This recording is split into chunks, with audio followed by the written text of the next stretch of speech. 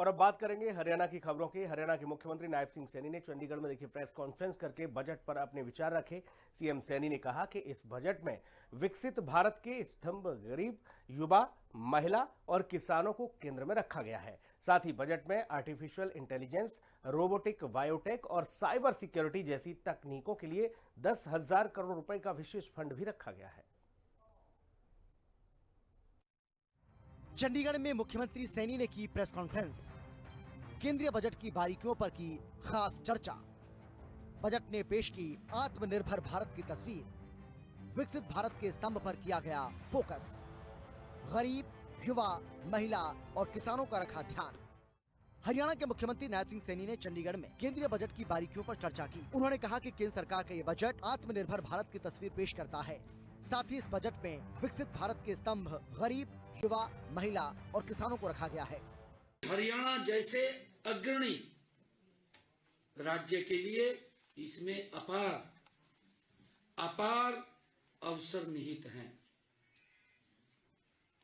साथियों, यह बजट उस भारत की सोच को दर्शाता है जहां विकास का मतलब केवल बड़े शहर नहीं है, बल्कि गांव, किसान, महिला, युवा और श्रमिक भी है।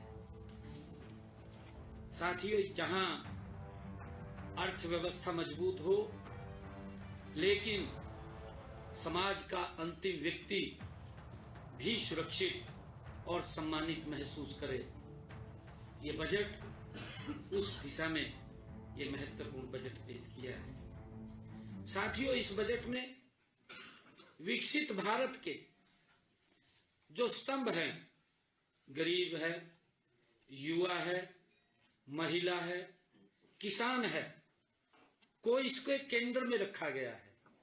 चंडीगढ़ में प्रेस कॉन्फ्रेंस के दौरान मुख्यमंत्री ने कहा कि आर्टिफिशियल इंटेलिजेंस, रोबोटिक, बायोटेक और साइबर सिक्योरिटी जैसी तकनीकों के लिए 10,000 करोड़ रुपए का विशेष फंड रखा गया है। इसका सीधा लाभ गुरुग्राम, फरीदाबाद, पंचकुला और रोहतक जैसे शैक्षणिक और तकनीकी केंद्रों को मिलेगा।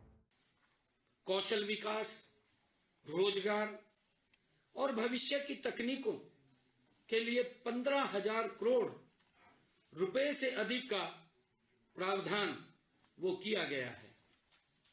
साथियों, इसमें चाहे आर्टिफिशियल इंटेलिजेंस हो, एआई, चाहे रोबोटिक्स हो और चाहे बायोटेक हो और साइबर सिक्योरिटी हो, ऐसी तकनीकों के लिए 10,000 करोड़ रुपए का विशेष फंड इसमें रखा गया है। साथियों, इसका सीधा लाभ हमारे हरियाणा के गुरुग्राम, फरीदाबाद, पंचकुला और रोहतक जैसे शिक्षण व तकनीकी केंद्रों को मिलेगा, सीधा लाभ मिलेगा।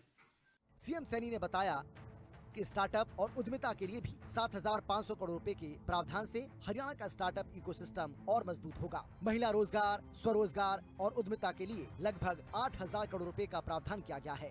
बायोफार्मा शक्ति पल के अंतर्गत 10,000 करोड़ रुपए का प्रावधान किया गया है। स्वास्थ्य और संरचना के लिए 20,000 करोड़ रुपए, मेडिकल टूरिज्म के लिए 5,000 करोड़ रुपए का समर्थन दिया गया। कृषि और संबंध क्षेत्र के लिए 1,62,000 करोड़ रुपए का प्रावधान किया गया है। 200 पुराने औद्योगिक क्लस्टरों के पुनर्जीवन का फैसला पानीपत, यमुनानगर और अंबाला जैसे शहरों को नई ऊर्जा देगा।